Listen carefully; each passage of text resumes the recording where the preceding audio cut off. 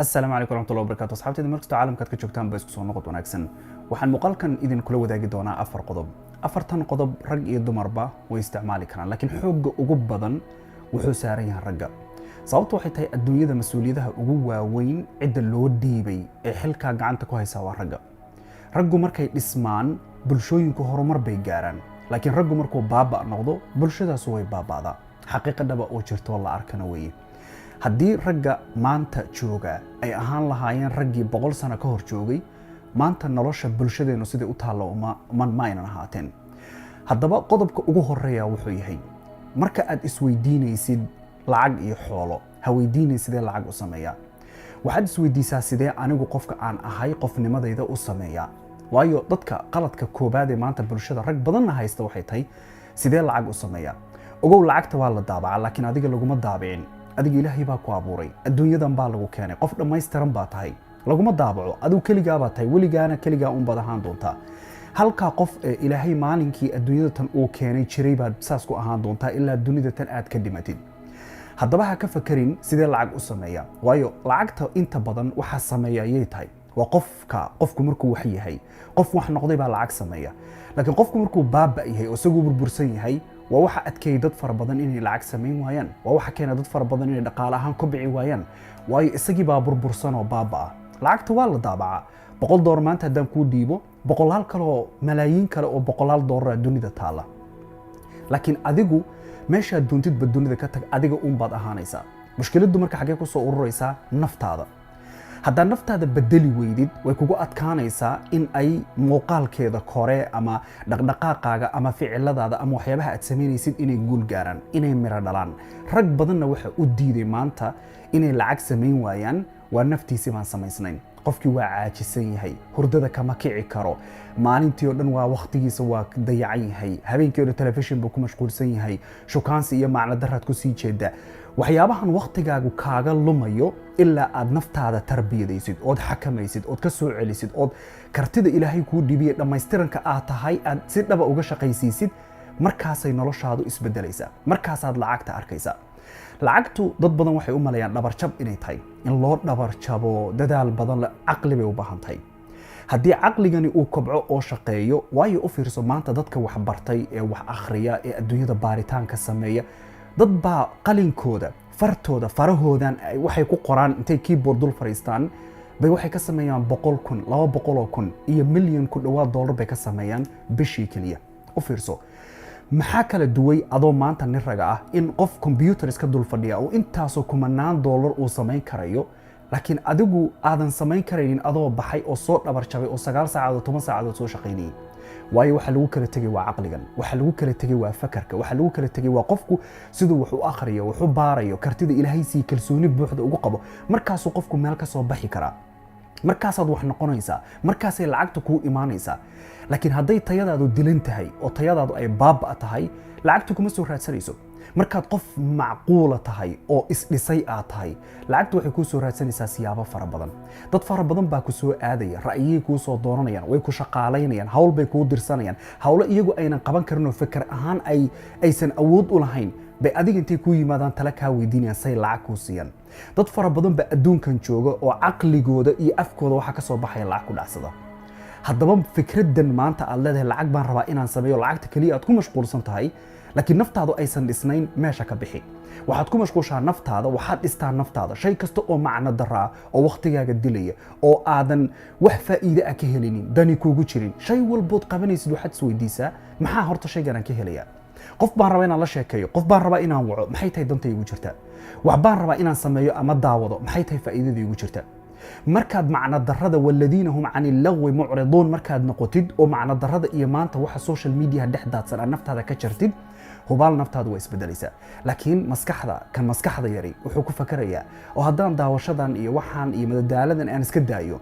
ma ii imaanaysaa oo noloshaydu masaasay dhaqso isugu bedelaysaa? maya. naftaada waxaad la raadisaa booska aad macno darrada ka bixisay wax macno leh inay geliso. taasaad wax ku noqonaysaa, taasaad noloshaada isku bedelaysaa, taasaad qof wax tar leh ku noqonaysaa, taasaad bulshada wax u taraysaa oo naftaada wax u taraysaa oo ehelkaaga wax u taraysaa. laakiin inta meesha aad fadhidi oo telefoonkaaga yarka aad sitaa uu kaa adag yahay, hamigaaga ugu weyn uu yahay iPhone Pro 13 sideen u gataa, gabar hebelba gabadhay ka qurux badantahay ka socod macaan tahay iyo waxa dad fara badan maanta hambigooda ka buuxa sideen u shukaansadaa ama heblaaya ay xaaskayga u noqotay himadaadu markay ku soo ururto ogow lacagtana ma helaysid tayadaaduna saasay u dilnaanaysaa ilaa marka dambe aad waabaraysatid adoo 45 jir ah qodobka labaad wuxuu yahay sabab xoog badani waa inay jirto marka sababtaadu ay xoog badan tahay sideedu meesha way ka baxdaa haddaad aragtid adoo naftaada rabina weydiisid sidee qof wanaagsan u noqdaa sidee wax akhriska isu baraa sidee tayadeeda u kordhiyaa sidee waxa u noqdaa sababtan xoog badnayn haddii qofku uu baahdo cuntuu raadiya maxaa cuntada ku riixaya sababta waayo waa baahan yahay haddii lagu yiraahdo sababta cunto u raadinaysaa maxay tahay waxaad oranaysaa waan baahanahay waxa ku riixay marka maxay tahay ama sababta meesha taala maxay tahay waa baahida ku haysa dad badani markay oranayaan sidee waxa u qabtaa sidee sida u sameeyaan markay ku weydiinayaan waxaad moodaa sidii dhakhtar inaad tahay warqad qoraya oo qofkan kiniini iyo cirbado u qoraya taasuna ma dhacayso mise malaha chipka telefoonada la geliyo ama kaamirooyinka la geliyo baad moodaa qofku inuu rabo insaa loo geliyo oo ka bacdina wax walbaaba siduu rabay u noqdaan taasuna ma dhacayso laakiin marka maskaxdaadu ay shaqaynayso sababta ku jirta qalbigaaga iyo maskaxdaaduna ay ka xoog badan tahay sideeda hubaal noloshaada meel baad gaaraysaa waxna waa isbedelayaan qodobka saddexaad wuxuu yahay xor baanahay in badan oo dadka ka mid ah Soomaaliyeed maqal yiraahdo xor baanahay isagoo dadka wax ka sheegaya isagoo naftiisu ay dayacan tahay isagoo meel iska fadhiya war meeshaan maxaad u fadhidaa tirada xor baanahay oo waxa maxaa dadka saa ugu leedahay xor baanahay oo waxa kan maxaad u qasanaysaa xor baanahay oo salaada maxaad u tukanin xor baanahay Soomaaliyeed maqal dadka nafteena xornimada aynu sheeganayno title-kan badge-kan aan xambaarsannahay identity-ga aynu sidane ee xornimada ahi dadka kale iyo hawlaha kale oo inageena ka baxsano dan aan waxba inaga soo galaynin baynu xor u nahay laakiin nafteena xor uma nihin naftaada xornimada dhabtaa waxaad dareemaysaa inaad ku jirtid markaad naftaada ka adkaatid waxaad ogaanaysaa in aad xor tahay marka naftaada aad meel ka soo bixisid marka qofkii aad shalay ahayd aad naftaada ka duudid oo maanta qof cusub naftaada aad ka dhigtid sideed uga dhigaysaa marka waxaad naftaada si cusub uga dhigi karaysaa in dabeecadaha noloshaada ku wareegsan in aad bedeshid marka ugu horeysa waxaad ka bilaabaysaa saaxiibada waxaad ka bilaabaysaa goobaha aad tagtid waxaad ka bilaabaysaa dabeecadaha naftaadu ay leedahay iyo maalin walba waxa ay qabato wax adag ma ahan waa wax sahlan oo fudud haddii xornimo dhaba qofku uu rabo wuxuu arki karaa xornimada waa markuu naftan isagu jarageliyo waa markuu naftan isagu hogaaminayo markaasaa adduunyada albaabo fara badani isu kaafurayaan laakiin inta aad dadka bini aadamka kale iyo danahooda iyo waxay qabanayaan mid baa karbaash la maray iyo mid baa waxa lagu sameeyay naftaadu intay ku mashquulsan tahay marka aad aragtid qof xataa kale oo dadka u gafaya qof kale oo isaguna ka celinaya hadaad aragto waxa leedahay qofku waa xore maxaad ka rabtaa adduunyo xor u jooga laakiin haddana saas oo ay tahay waxaad ogaanaysaa 70% bulshada xor maaha maanta xabsiga ugu daran ee qofka bini aadamkaahi uu galaa waa maskaxdiisa maskaxdan haddaad xabsi kaga jirtid waa ku dhamaatay xabsiga sida kaliya aad uga bixi kartaa iyo cidda ka bixin kartaana waa naftaada waa gacantaada waa adiga waa fakarkaaga waa aqligaaga waa kartidaada waa wuxuu Ilaahay ka dhigay damiirkaaga haddaad inta xabsiga ku jira aad ka bixi weyday ogow xabsiyada kale ee nolosha ay kugu haysana meesha ay ku xiran tahay waa inta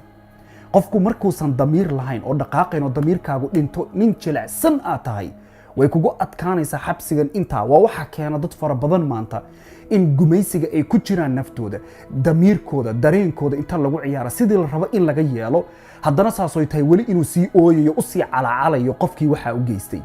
maxaa keenay waayo xabsigu inta kaga jira intuusan xorka ahayn qodobka afraad wuxuu yahay caruurtaad dhashay haddaan caruuri kuu joogin tusaalan ku siinayaa caruur haddaad maanta dhashay maxaad jeclaan lahayd inay ku dhageystaan ku maqlaan sax inay kuu dhag raariciyaan markaad tirada hebelow aabba inay ku yiraahdaan inaysan ku oran hee sax tarbiyada laynagu soo tarbiyaday saas ahayd inayna waalidkeen hee ku oran ee markay hooyo ku yar tirada hooyo aabba markuu ku yarna tirada aabe eedan xataa hee ku soo darin tarbiyada wanaagsan layna siiyay saas ahayd sax adigu maanta awlaadada maxaad jeclaan lahayd inay sameeyaan markaad wax fartid inay ku maqlaan haddaba mid baan rabaa inaan marka maanta ku siiyo allah subxaanahu wa tacaala intee sano oo cimrigaaga ka mid ah lagula hadlayay oo waxaan daa lagu lahaa oo ilaahay baa sidan kuu diiday lagu lahaa haddana naftaadu waxay isku dulcasishay oo ay ogolaatay in ay samayso wax kastoo ilaahay uu u diiday ama wax kastoo ilaahay uu yiri ha samaynin ilaa wax yar marka laga reebo waxaad arkaysaa qof maanta subxaan allah kule noloshaydu waa isbedeli laadahay waayo 20 sano 15 sano ugu dambeysay ee aad nooleed baad rabbigaa dhageysanaysay ilmahaaga waxaad rabtaa inay ku maqlaan hadday ku maqli waayeen ixtiraam daraad u aragtaa xushmad daraad u aragtaa inaad bahdilan tahay baad u aragtaa inaad gablan noqon lahayd baad ka xigi lahayd inay ilmahaaga caasi kugu noqdaan haddana ilaahay caasi baynu ku nahay in badanayna ka mid a maanta haddaynu ilaahay dhegaysan weynay siday ilmaheena inoo dhegaysanayaan haddii ilmaheena dhegaysiga ay ina dhegaysan waayeen ay caasinimo tahay adigu dhegaysiga aad ilaahay dhegaysan weyday isagoo adduunyadaada iyo aakhiradaadaba gacantiisa ku haya ku abuuro adduunkan ku keenay bal naftaada isweydii sideed guul ku gaaraysaa adoo rabbi maqli waayey caasinimada dad badan ay ku sugan yihiin waa in aysan rabbigood maqlin tiktoka maantaan ku weydiinaya markaad tiktoka soo gashid ood saa u dulmaraysid gabdhaha niikinaya markaad aragtid waxay doonaanba ha sameeyeen siday doontaba ha noqoto xaaladdu gabar isruxayso naasaha iyo dabada ruxaysa ka balaqbalaqsiinaysa markaad aragtid hubaal rag badani 80% way dul istaagaan laakiin aayad qur'aan ah yaa ayuha aladiina aamanuu markuu arko wuu iska gudbinaya kuusan afahmayn wuu iska gudbinaya laakiin gabadha tan siduu ku fahmaya indhaha fahmaya haddii xataa aysan dhaguhu fahmaynin waxa ay leedahay subxaan allahi alcadiim markaynu ilaahay ka xishoon weynay oo ilaahay adeecin weynay ayaa nolosheennu adkaatay waana xaqiiqa dhab ah haddaa rabtid noloshaadu inay fududaato haddaa rabtid noloshaadu inay sahlanaato shay walboo gacanta u taagtaaba nolosha inuu ku dhegaysto kuu fududaado allah subxaanahu wa tacaala maqal waxaan videon kugu soo gunaanadayaa maanta ma rabtaa noloshaadu inay isbedesho oo adduunyadan ilaahay uu kuu waasac yeelo khayraadkeedana uu kuu dhiibo waayo allah subxaanahu wa tacaala wuu inuu ku dhiirigelinayaa in aynu raadino laakiin xaggeen ka raadinaynaa weeye haddaba waxaan rabaa aayadda tan way ku dhammaystiran tahay dhiirigelin qofka raba oo doonaya in uu adduunyadan ka miro dhaliyo ilaahay aayadan buu ku koobay qof kasta oo dul istaaga oo akhriya oo si fiican macnaheeda ugu fiirsada oo dhuuxaano hubaal taasaa dhiirigelin kuugu filnaanaysa waana waxaad isu geysaa hadalkii horoonku iri iyo aayadda tan qur'aanka wuxuu ilaahay subxaana wa tacaala uu leeyahay suuratu nisaa aayadda tan من كان يريد ثواب الدنيا فعند الله ثواب الدنيا والآخرة وكان الله سميعا بصيرا قفك دونيا أبال الدنيا ما أنت حولات ربطها بابور قروح بدن بات ربطها قري قروح بدن بات ربطها قبر قروح بدن بات ربطها نرول قروح بدن لما يسترن بربطها صح الدنيا أبال كذا ربطها وحو الله سبحانه وتعالى إن لي هي أبالك آخرة يكن الدنيا بإلهي أكتسو يالا الله سبحانه وتعالى ومد مقل بدن وانا مد أركتي بدن ficilada aad samaynaysid ilaahay waa kuu jeedaa waxa aad qabanaysid waa lagu jeedaa markaad fool xun ku jirtid markaad siigaysanaysid markaad xumaan ku jirtid markaad heese dhagaysanaysid markaad macaasi dhex fadhidid waxaad ogaataa ilaahay wuu ku arkaa marka aad xumaan ku hadlaysidna allah subxaanahu wa tacaala wuu ku maqlaa haddaba maxaa lagaa rabaa waxa aad qabanaysid si fiican ugu fiirso ilaahay wuu ku daawanayaa wuuna ku maqlayaaye ilaali waxa ilaahay uu kugu arkaya dhowr adduunyada sidaasaa lagu helaa laakiin adduunyada qafqaf iyo motivational speaker baan soo dhageystay iyo buug hebel baan soo akhriyay iyo 15 saacadood baan library-ga fadhiyay iyo dhabarkan iska jabiyo waa soo shaqeeyo taraagla noqday adduunyo laguma keeno barakadeeda haddii xataa duni badan lagu dhiibana barakada qalbigaaga laga siibaya dad badan oo xoolo badan haysta laakiin aan baraka lahayn baa jir xoolahoodu baraka ma lahan inkasta oo uu $10,000 bil kasta uu sameeyo haddana baraka ma lahan maxaa keenay waayo ilaahay buu maqli waayey ilaahay buu ku dhaga adkaaday mar hadduu ku dhaga adkaadana nolosha wuxuun baa lagaa qasaya haddaba maxaa lagaa rabaa allah subxaanahu wa tacaala maqal ilaahay subxaanahu wa tacaala dhagayso wuxuu ilaahay kuu diray hagaaji markaasay adduunyadaadu hagaagaysaa markaasay adduunyadaadu isbedelaysaa markaasaad raaxada qalbiga iyo raaxada bannaanka ee loo jeedaba aad dunida tangelaysaa